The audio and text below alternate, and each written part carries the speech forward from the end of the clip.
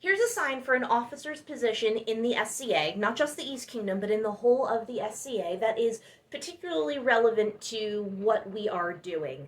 It gets its own video, not just because of the relevance to this office, but to be honest, because I forgot to add it into one of the other vocab lists, and I was not about to go back and re-record an entire video.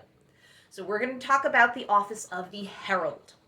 Now, the sign for herald in general is announce person, because that's what a herald is. They are the person who goes around announcing things. So a herald is an announcer in the SCA.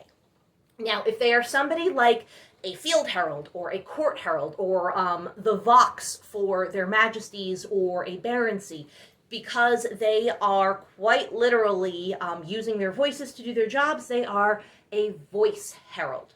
So the sign for voice is a V finger shape that goes from your mouth. I tend to start a little bit back on my throat, but you can start at your mouth, whatever's more comfortable for you. Flick forward into your sign for announcer.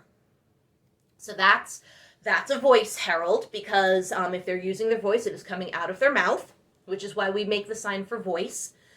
Now, on the other hand, if you are somebody who is doing what we do, if you are a sign language herald or a silent herald, you are a sign herald.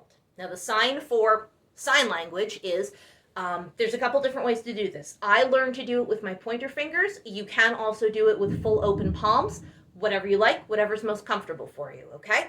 So whatever shape you want to do, the important thing is the motion you make with your hands. And that motion is alternating circles that go towards yourself. You're not circling forward, you're circling back towards yourself. That is the sign for signing.